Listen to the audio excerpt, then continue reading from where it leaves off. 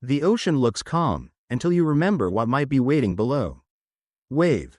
Tonight, we're diving into the dark waters of cinema, where ancient creatures rise, shadows move beneath the waves, and the deep itself becomes a nightmare. From razor-toothed predators to forgotten monsters awakened by human curiosity. These classic sea monster horror films didn't just scare audiences, they changed how we look at the ocean forever. As we descend together, ask yourself, would you survive what lurks beneath? If you enjoy this journey into the deep, don't forget to like, share, and subscribe for more haunting classic horror. 1. Jaws, 1975. A quiet seaside town discovers that the real terror isn't what you see above the water, but what's circling silently below. Before the blood hits the water, Jaws gives you something far more dangerous: comfort. Sunlit beaches, laughing tourists, children splashing at the shoreline. It lulls you into safety, and then it waits. Spielberg understood a primal truth: the ocean doesn't need to show its monster. It only needs to suggest it. And once that idea takes root in your mind, there's no escaping it. Even now, let me ask you honestly, when was the last time you swam in deep water without thinking of this film? The shark in Jaws isn't just a creature, it's an absence. A shadow beneath the surface. A ripple moving the wrong way. Long stretches pass where you never see it, yet you feel it everywhere. Every buoy, every wave, every distant scream becomes a question mark.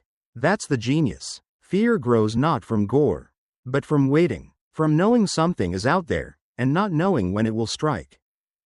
As the body count rises, the town does what people always do: deny, delay, and bargain with danger. The beaches stay open, money talks louder than instinct, and suddenly, the monster isn't just the shark anymore. It's human pride, human greed. That uneasy tension between survival and stubbornness pulls you deeper into the story. Until you're trapped alongside Brody, Hooper, and Quint, 3 men with 3 very different relationships to the sea. Once the hunt begins, Jaws transforms. The open ocean becomes a floating nightmare. No walls, no exits, just endless blue and the sound of water hitting wood. Quint's haunting monologue about the USS Indianapolis doesn't just slow the film, it seals your fate.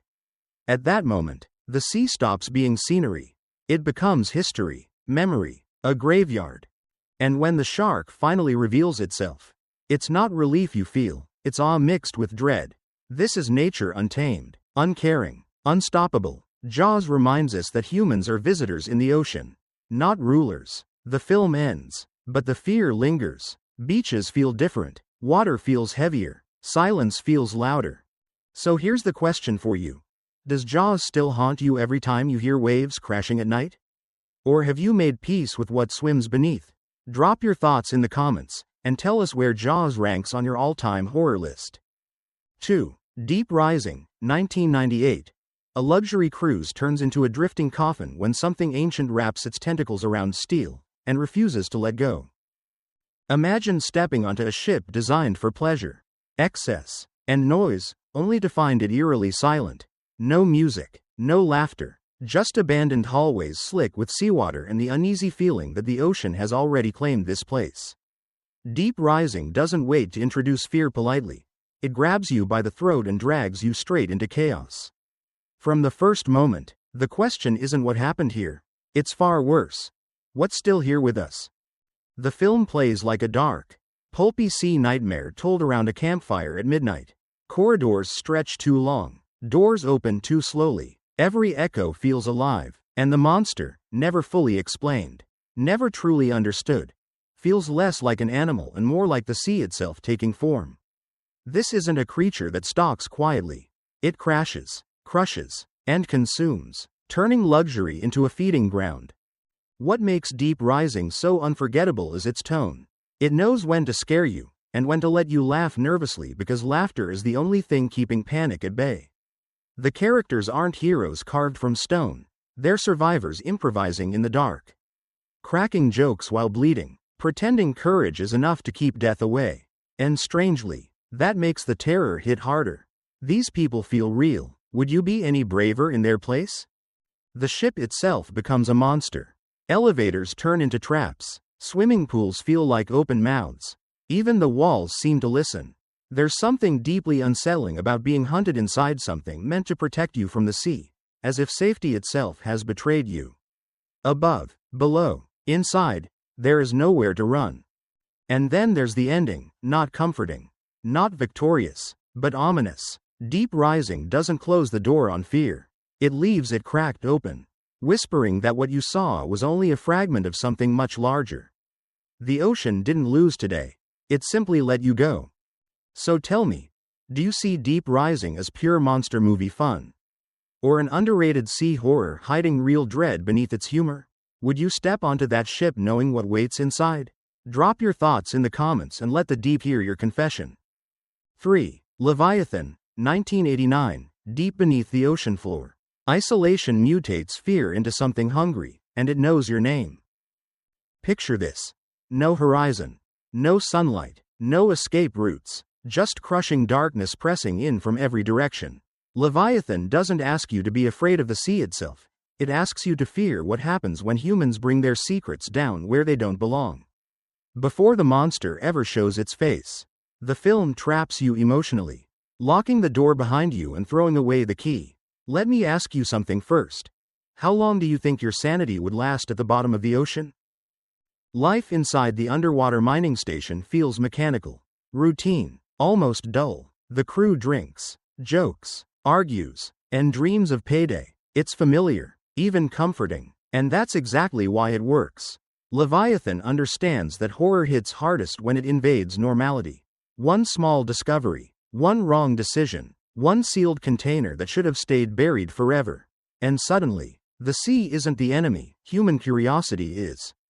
As paranoia spreads, bodies change, trust collapses, and fear mutates into something grotesque. The monster here isn't clean or majestic. It's wet, broken, constantly shifting. It feels wrong in a way that crawls under your skin.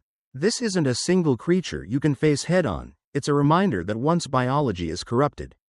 There's no clear line between victim and threat. Watching it unfold, you may find yourself asking, if someone you cared about started changing, would you save them? Or seal the door? What truly suffocates you while watching Leviathan is the environment. Narrow hallways, flickering lights, metal walls groaning under pressure. Every alarm sounds like a countdown. Every leak feels fatal. Up is impossible, down is death, and the silence between screams becomes unbearable. The ocean doesn't rage here, it waits, patient and heavy, daring you to make one more mistake. There's a grim intimacy to the horror. Death happens close, personal. You don't just watch people die, you watch them realize there's nowhere left to run. That realization, that quiet acceptance mixed with panic, is where Leviathan truly shines. It doesn't rely on shock alone. It lets dread settle in your chest and stay there. By the time the final moments arrive, survival feels less like victory and more like escape from a nightmare you'll never fully forget. Leviathan leaves you with a lingering thought. The deepest horrors aren't found in the ocean. They're born from what we bring down with us. So what do you think? Is Leviathan an underrated deep-sea nightmare? Or a flawed creature feature with teeth? Would you ever work miles below the surface knowing what might be watching? Share your thoughts in the comments. The deep is listening. 4. DeepStar Six, 1989. When humans dig too deep into the ocean floor, something ancient wakes up, and it does not want visitors. There's a special kind of fear that comes from realizing you shouldn't be somewhere, and you're already trapped there. DeepStar Six opens like a confident mission into the unknown, full of technology, authority, and human arrogance, but almost immediately, the film whispers a warning. The sea remembers everything you disturb. And once you hear that whisper, it's already too late. Let me ask you this, if the ground beneath your feet suddenly fought back, where would you run? Life on the underwater base feels tense even before the nightmare begins. Personal grudges simmer, orders are questioned, trust is thin, everyone is under pressure, literally and emotionally. You can feel the ocean's weight pressing down, squeezing patience and reason from the crew. When the drilling goes wrong, it doesn't explode into chaos right away. Instead, fear seeps in slowly, like water through cracked steel. Something has been uncovered, something old, and it's very much alive. The creature in DeepStar Six isn't flashy or glamorous. It's primal, brutal, a reminder that the deep doesn't evolve for beauty, it evolves to survive. When it attacks, it doesn't roar for attention. It strikes suddenly, violently, and then vanishes back into darkness. Each encounter leaves behind damage, silence, and dread. You're not watching a battle, you're watching people slowly realize their prey. What truly suffocates the film is its setting. Tight corridors, failing systems, emergency lights painting faces in red and shadow. Every door becomes a gamble. Every swim outside the base feels like stepping into a black void that could swallow you whole. The ocean isn't just surrounding them, it's invading. Second by second, and with every loss, hope drains faster than oxygen. There's something deeply unsettling about how disposable human life feels here. Authority breaks down, panic replaces logic, survival instincts clash with guilt. You start asking uncomfortable questions while watching. Would I follow orders? Or save myself? Would I go back for someone I cared about, knowing the monster could be waiting? DeepStar Six forces you into those moments, and it doesn't let you look away. By the final act, fear isn't loud anymore, it's exhausted. The kind of fear that settles into your bones and refuses to leave. Survival feels accidental, not heroic. The ocean hasn't been defeated. It has simply reclaimed its silence.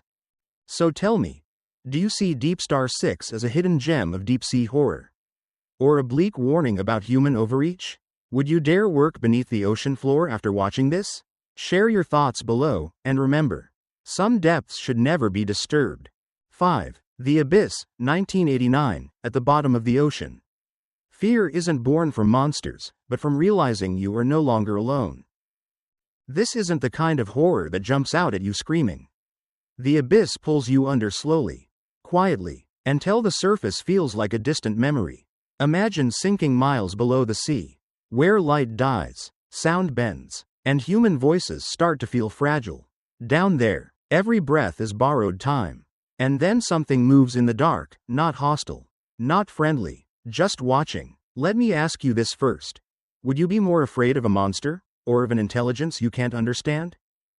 Life on the deep-sea platform feels tense even before the unknown arrives. The crew is already cracking under pressure. Old arguments resurfacing as the ocean presses in from all sides. Metal groans, systems fail, water leaks through seals never meant to be tested this far down. The environment alone feels alive, as if the sea is judging every decision being made. You can feel it tightening its grip, daring these humans to prove they belong here. What makes the abyss haunting isn't violence, it's awe mixed with dread.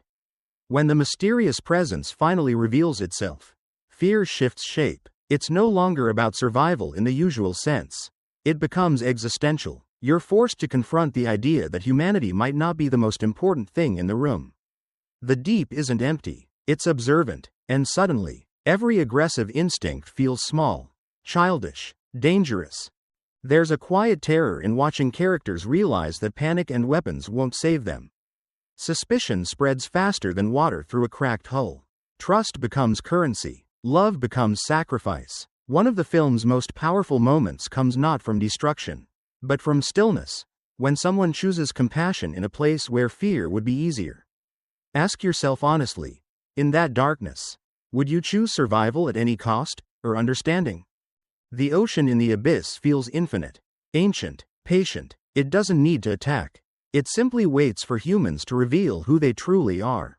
The deeper the film goes, the more it strips away ego, leaving raw emotion exposed. By the time the final revelation arrives, terror transforms into something unsettlingly beautiful, and that shift lingers long after the screen goes dark. This is a film that stays with you because it challenges what horror can be. It whispers instead of screams. It asks questions instead of giving answers. And it leaves you staring into the dark, wondering what might be staring back. So what about you? Does the abyss qualify as sea monster horror in your eyes, or is it something deeper, stranger, and more unsettling than that? Would you trust the unknown at the bottom of the ocean? Share your thoughts in the comments. The deep always listens. 6. Humanoids from the Deep, 1980. When the ocean answers human greed. It doesn't come as waves, it comes ashore with teeth and intent. This isn't a story that waits politely offshore.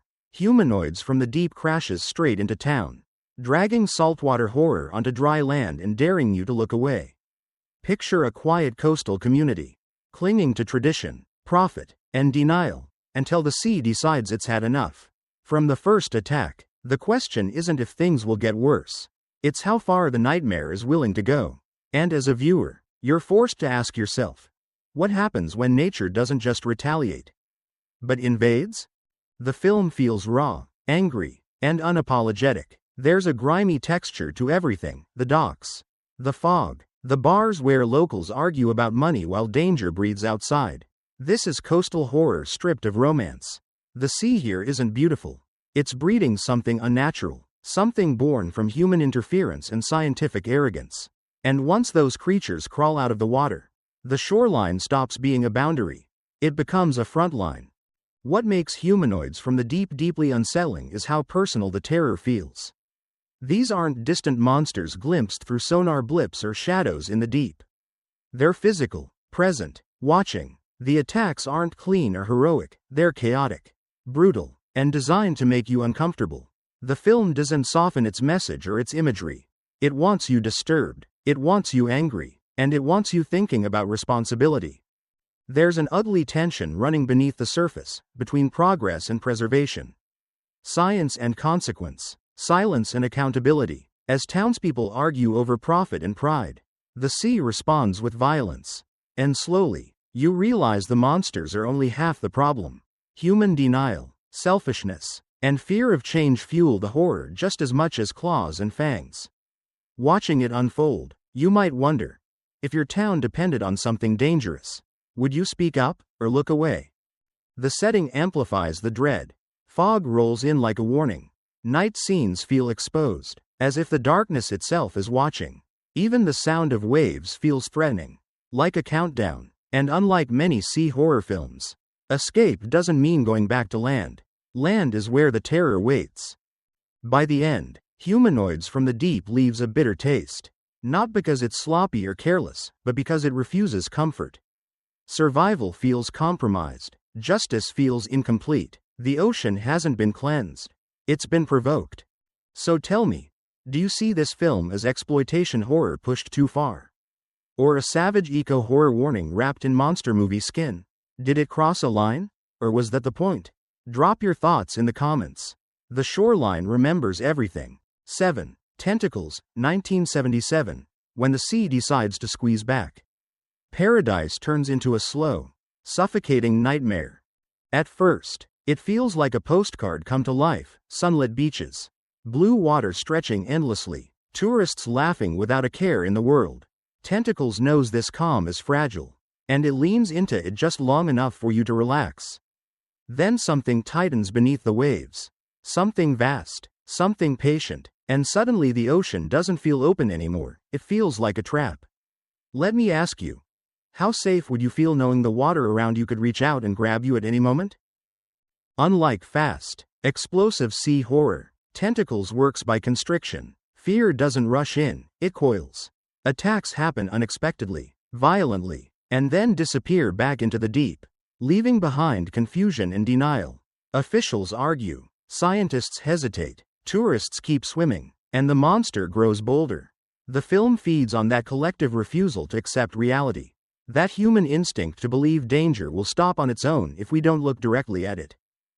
The creature itself feels less like an animal and more like an extension of the ocean's will.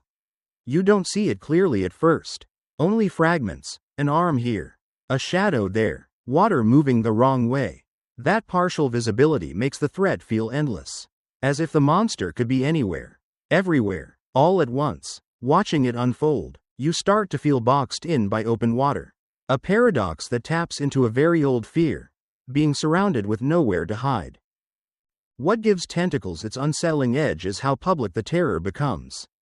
This isn't an isolated incident in some forgotten location. It's happening in full view of civilization. Beaches remain open. Boats keep sailing. The horror unfolds in daylight, in crowds, in places meant for leisure. And that makes it feel invasive.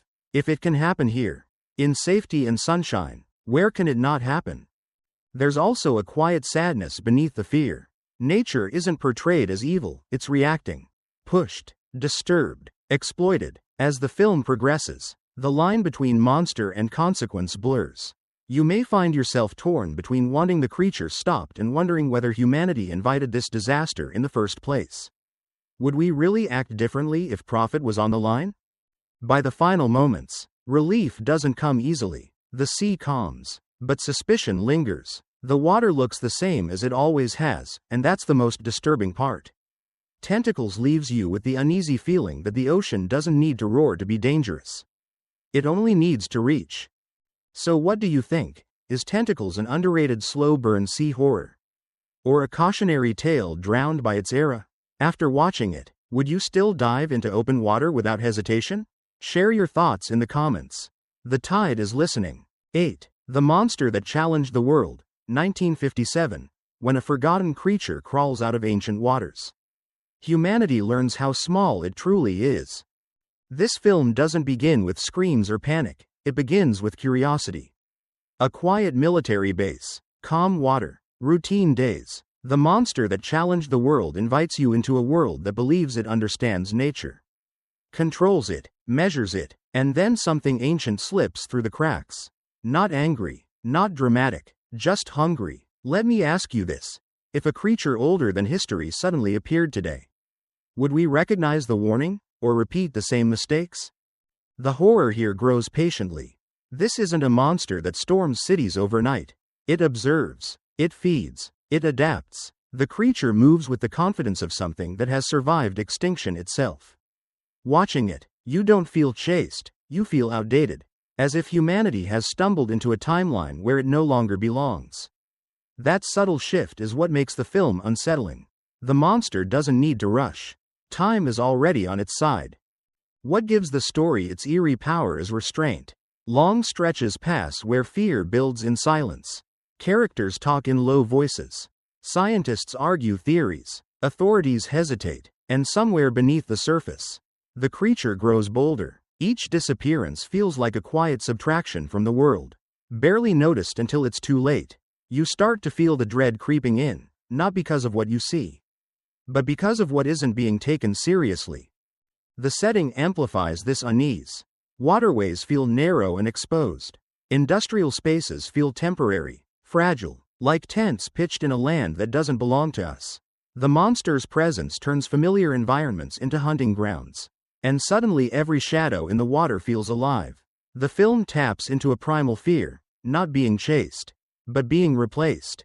There's also a haunting idea beneath the surface, that humanity is not the first ruler of this planet. And may not be the last. The creature isn't evil, it's natural, it's doing what it has always done. The true tension comes from watching humans scramble to assert dominance over something that never agreed to our rules. Would you destroy it to protect your world? Or wonder whether the world was ever yours to begin with? By the final act, confrontation feels inevitable, but victory feels uncertain. Even when the threat is addressed, the film leaves you with an uncomfortable truth. Ancient things don't disappear forever. They retreat, they wait, and they remember. So what do you think? Is the monster that challenged the world a relic of 1950s creature horror? Or a quietly profound warning about human arrogance? Do ancient monsters scare you more than modern ones? Let me know in the comments. History has a way of resurfacing. 9. It came from beneath the sea, 1955, when the ocean sends a message. It arrives wrapped in steel-crushing tentacles and Cold War fear. This story doesn't creep in quietly, it emerges. Heavy and undeniable, like something the world was never meant to wake up. It came from beneath the sea is born from an era obsessed with power, progress, and invisible consequences. The ocean here isn't just deep water, it's a witness. And one day, it decides to respond. Let me ask you this. If humanity's greatest weapons summoned something unstoppable, would we even admit responsibility? From the start, there's a sense that something is off. Military confidence fills the air, thick with certainty that technology can solve anything. Radar blips, sonar readings, official reports, all cold, controlled, reassuring. Until they're not. When the creature finally announces itself, it does so with scale and force, turning familiar landmarks into fragile toys. The sea monster isn't sneaky. It doesn't hide, it arrives. And that arrival feels like judgment. What makes the film unsettling is how calmly the world reacts at first.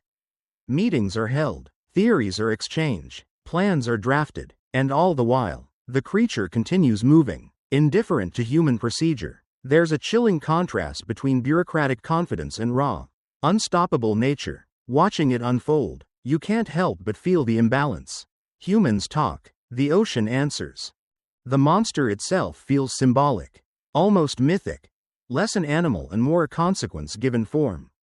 It's enormous, incomprehensible, and shaped by forces beyond everyday understanding. You don't fear it the way you fear a predator. You fear it the way you fear an earthquake or a storm, because it doesn't care who you are.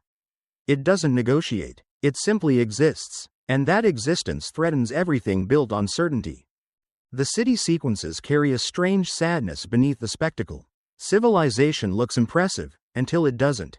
Buildings crumble, systems fail, crowds scatter, and suddenly, modern life feels thin, temporary, like a sandcastle facing the tide. The film quietly asks a disturbing question: if our creations can summon destruction on this scale, are we truly in control, or just experimenting with fate? As the story pushes toward resolution, there's no sense of triumph, only urgency. Victory feels technical, not moral. The threat is stopped, but the lesson lingers. The sea doesn't forget, power doesn't disappear, and consequences don't need to roar forever to be real.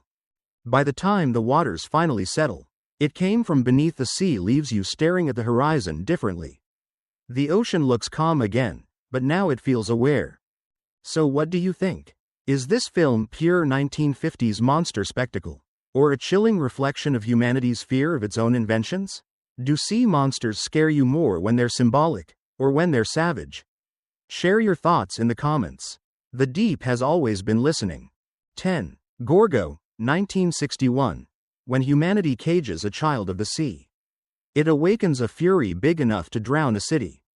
This isn't a monster movie that begins with terror, it begins with exploitation. Gorgo invites you into a moment that feels almost harmless. Discovery. Profit. Applause. A strange creature rises from the sea. And instead of fear, people see opportunity. Chains replace curiosity. Applause replaces caution. And that's when the real nightmare quietly begins. Let me ask you something. If you stole a child from the ocean, would you expect the ocean to stay silent? At first, the creature called Gorgo feels more tragic than threatening. Confused, displaced, paraded before crowds who cheer without understanding what they're looking at. There's something deeply unsettling about that imbalance of power, humans poking, prodding, selling tickets, congratulating themselves for control. The sea monster isn't raging yet. It's grieving, and grief, when ignored, doesn't fade, it grows. As the film unfolds, a heavy sense of inevitability settles in. The ocean feels tense, as if holding its breath. You can feel it watching the shoreline, waiting. Then comes the shift, when something much larger answers the call. Not out of vengeance, but instinct, protection. The arrival of Gorgo's parent doesn't feel like an invasion. It feels like a correction, a reminder that some bonds are older than civilization itself. The destruction that follows isn't chaotic spectacle, it's purposeful. Streets crumble, buildings fall, crowds scatter, and beneath the crashing stone and rising water, there's a haunting emotional undercurrent. This isn't a monster attacking at random. This is a parent tearing the world apart to reclaim what was taken. Watching it happen, you might feel something unexpected, sympathy. And that feeling lingers, uncomfortable and powerful. What makes Gorgo endure is its quiet moral weight. Humans aren't victims here, they're instigators. Greed, curiosity, and entitlement open the door, and nature walks through without asking permission. The film dares you to question who the real monster is. Is it the towering creature crushing cities, or the smaller ones who believed the ocean was theirs to profit from? By the final moments, destruction gives way to reflection. The sea reclaims its own. Silence returns, but the lesson remains, heavy as salt in the air. Some forces don't need to conquer us. They only need to remind us of our place. So tell me, does Gorgo hit harder as a tragic monster tale or as a warning about human arrogance? When the sea takes something back, do you see horror or justice? Share your thoughts in the comments. The tide always remembers. And now the water grows quiet again, but it doesn't feel empty. From haunted beaches to crushing depths, from ancient awakenings to a mother's wrath, these stories remind us of one unsettling truth: the ocean was never ours to control. Long after the screen fades to black, those shadows beneath the waves still linger in your mind. So tell me, after revisiting these classics, will you ever look at the sea the same way again? If you felt the pull of the deep, like, share, and subscribe for more haunting journeys into classic horror.